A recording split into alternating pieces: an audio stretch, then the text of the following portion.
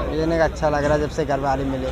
कल क्यों मैं झुग्गी में रह रहा था ना उससे पहले यहाँ पे तहसील की तरफ, तो उन लोगों ने मेरे को रखा था 1 महीने तक, वही लोग खाना पीना सब वही खिला रहे थे मेरे को। अक्सर आप लोगों ने फिल्मों में तो देखा ही होगा कि बचपन में परिवार और भाई बिछड़ते हैं तो जवानी में मिलते हैं।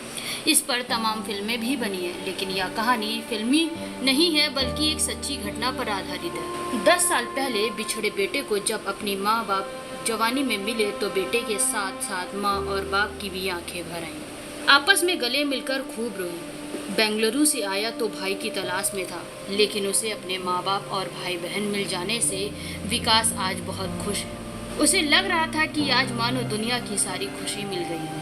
ये मामला ताजनगरी आगरा का है। विकास ने बताया कि उसके माता पिता आगरा किले के सामने झुग्गी झोपड़ियों में रहते थे। 2012 में उसकी माँ 2 साल के छोटे भाई बाबा साहब के साथ आगरा फोर्ट स्टेशन पर भीख मांग रही थी।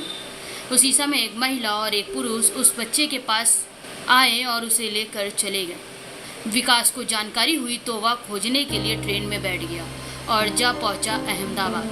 पुलिस ने उसे एक बाल गृह में दाखिल करा दिया। बाल गृह कर्मचारियों ने थाना रकाबगंज में सूचना दी, जिस पर परिवार विकास को लेने अहमदाबाद चला गया। लौटते समय पैसे खत्म होने लगे, जिसके कारण वो लोग जयपुर में ही उतर गए। वहाँ रहकर मजदूरी करने लगे, लेकिन विकास अपने भाई को खोजने के लिए फिर ट्रेन में बैठ गया और फिर आगरा कैंट में पकड़ लिया गया। वहाँ से उसे बाल गृह में निरुद्ध करा दिया गया। बाल गृह में इसका छोटा भाई बाबा साहब पहले से ही मौजूद था। दोनों ने बाल गृह के किसी कर्मचारी को नहीं बताया कि वह दोनों सगे भाई हैं। 10 साल की आयु पूरी करने के बाद विकास को राजकीय बाल गृह बालक फिरोजाबाद में भेज दिया गया। वहां से 18 साल की आयु पूरी होने के बाद उसे लखनऊ भेज दिया गया। लखनऊ से एक बेंगलुरु की संस्था में उसे दाखिला दिला दिया गया, जहां एक प्राइवेट कंपनी में नौकरी दिला दी गई। उधर छोटा भाई भी बड़ा होने लगा था और 10 साल की उम्र पूरी करने के बाद उसे बालगृह बालक फिरोजाबाद में भेज दिया गया। विकास अपने भाई से मिलने के लिए फिरोजाबाद बालगृह आया तो पता चला कि उसके छोटे भाई को इटली की दंपत्ति ने गोद ले लिया और वो इटली जा रहा है। जब ये बात विकास को पता चली तो वह आगरा और फिरोजाबाद के प्रशासन से गुहार लगाई, लेकिन उसकी कहानी पर किसी को विश्वास नहीं हुआ।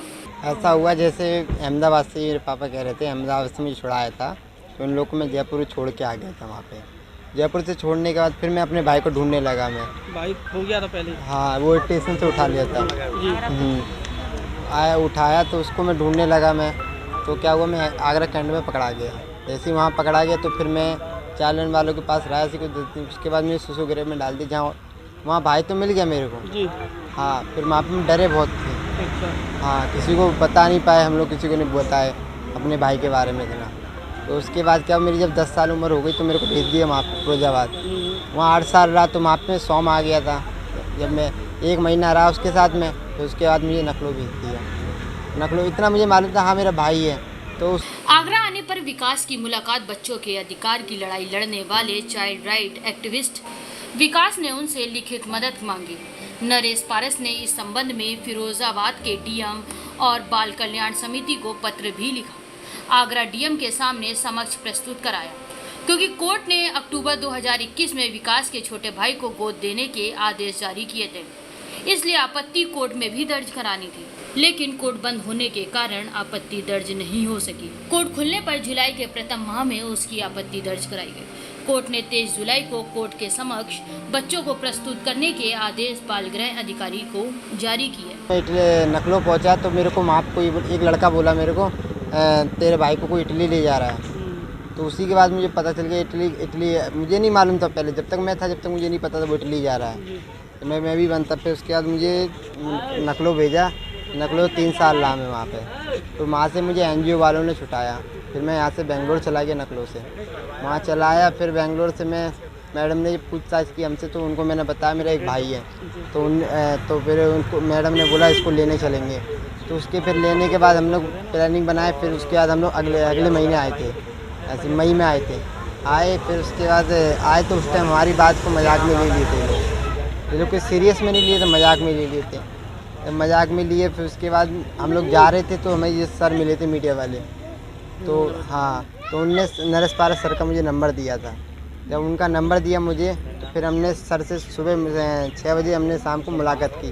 तो इनको मैंने पूरी स्टोरी बताई, ऐसा ऐसा सर मेरी बात है। तो उसके बाद फिर हम लोग चले गए थे बेंगलोर ही। तो उसके बाद क्या हुआ, फिर मेरे को वो इटली वाले फिर आ गए वापस, आगरा वाले लोग कॉल वॉल कर दिया को कोई, तो फिर वो लोग इटली वाले आ गए। उससे पहले नहीं आए थे जब तक हम, जब कोई ऐसे कार्रवाई नहीं हो रही थी। जब वो आए तो उसके बाद फिर मैं भागे चला गया वहाँ से बेंगलोर से। फिर 1 महीने से मैं यहाँ पे ही हूँ। छोटे भाई को बचाने के लिए। हाँ, विकास को कोर्ट की पैरवी आगरा में करानी थी, इसलिए नरेश पारस ने विकास को आगरा में ही ठहरा दिया। विकास लगातार बता रहा था कि वह आगरा किले के सामने झुग्गी झोपड़ियों में रहता था, लेकिन उसे नहीं पता था कि उसका घर कहाँ पर है, क्योंकि 10 साल बीत चुके थे। ऐसे में नरेश पारस विकास को साथ लेकर आगरा किले के सामने झुग्गी झोपड़ियों में तलाश में जुट गए। काफी पूछताछ करने के बाद आखिरकार विकास का परिवार मिल ही गया। ये 2 महीना पहले ये विकास नाम का लड़का मेरे पास में मिला था और मुझे इसने बताया था कि मेरा भाई जो कि बालगृह में है फिरोजाबाद के में, और मैं भी यहाँ आगरा के में रहा था, हम दोनों सगे भाई हैं। अब मेरे भाई को इटली गोद दिया जा रहा है।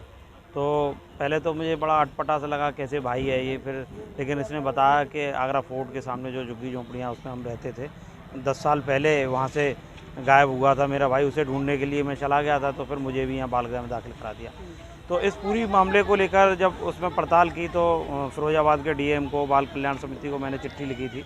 यहाँ आगरा डीएम के सामने भी उसे पेश कराया, क्योंकि कोर्ट ने एडॉप्शन का आदेश दे दिया था, और चूँकि कोर्ट उस समय जून का महीना था, कोर्ट बंद था, इसलिए कोर्ट में आपत्ति दर्ज नहीं कराई जा सकती थी। ऐसे में इसको आगरा जिलाधिकारी के सामने पेश कराया, तो तब एडॉप्शन उसमें रुक गया। लेकिन अब जैसे ही कोर्ट खुले तो उसमें आपत्ति दर्ज कराई है। कोर्ट ने 23 जुलाई को आदेश दिए हैं कि 23 जुलाई को अब बालगृह का अधीक्षक इन बच्चों को लेकर हाजिर हों।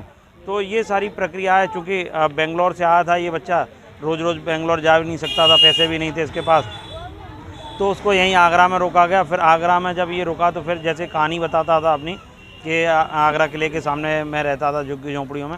फिर इसके साथ में यहाँ खोजबीन की गई, सर्च ऑपरेशन चलाया गया, ढूंढा, तो आखिर में इनके परिवार से भेंट हो गई। इसके पिता भी मिल गए, माँ भी मिल गई। जब विकास के पिता राजकुमार से विकास ने पूछताछ की तो उसको विश्वास ही नहीं हुआ।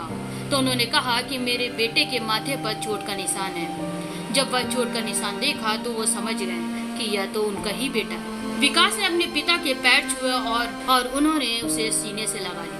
माँ सुनीता से गले मिला तो माँ बेटे दोनों की आंख भर आई। माँ रोते हुए बोली, बेटा तूने तो मेरा माथे का कलंक धो डाला। तुम दोनों भाइयों के गायब होने के बाद मुझसे कहा जाता था कि तूने दोनों बच्चों को बेच दिया है। मेरी बात पर कोई भी भरोसा नहीं करता था, लेकिन तेरे आने से वह बात झूठी हो गई। राजकुमार जी, क्या हुआ था बच्चे के साथ? कितने दिन भटकते रहे और क्या? 12-13 साल भटके हम तो बच्चा के चक्कर में। आगरापुर से गायब हुए थे, यहाँ से फिर बड़ा लड़का गायब हुए ढूंढने के चक्कर में। फिर वहाँ से हम अहमदाबाद गए, अहमदाबाद से फ़ोन किया उनके लड़का ने चौकी पे, वहाँ से पुलिस आए मेरे पास। फिर वो एड्रेस लिख दिया, किराया भरा नहीं थे मेरे पे, काफ़ी दे दिया हमको किताब। यहाँ से अहमदाबाद गए हम सब दोनों, वहाँ 9 मंजिल के बिल्डिंग पे लिफ्ट पे बिठा के ऊपर ले गए हम सबको ऑफिस में। और वही मोटी मैडम बैठे थे, कागज पत्र करके वही निकाल दिए उसको, हमको इसको लेके आए जयपुर। तो वहाँ मेरा पैसा ख़त्म हो गया। हम सोचे वहाँ काम करूँ 2-4 दिन, फिर गाड़ी में बैठ के हम चले जाऊँ। जब तो 2-3 दिन काम करे, इसको बोले तो देखते रहना इसको। पुलिया को पटक दिया, भागे आए हैं।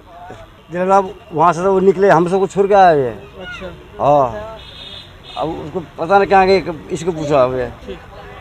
परिवार के सभी सदस्यों ने कहा कि छोटे बेटे को लेने के लिए पूरा परिवार पैरवी करेगा। विकास का छोटा भाई कन्हुआ और बहन लक्ष्मी भी आज बहुत खुश हैं। साथ ही साथ झुग्गी झोपड़ियों में रहने वाले भी लोग बहुत खुश हैं। आपको ये हमारी खबर कैसी लगी, हमें कमेंट कर जरूर बताइए। मुझे अच्छा लग रहा है जब से घर वाले मिले। कल क्यों मैं झुग्गी में रह रहा था ना, उससे पहले यहाँ पे तहसील की तरफ, तो उन लोगों ने मेरे को रखा था 1 महीने तक। वही लोग खाना पीना सब वही खिला रहे थे मेरे को।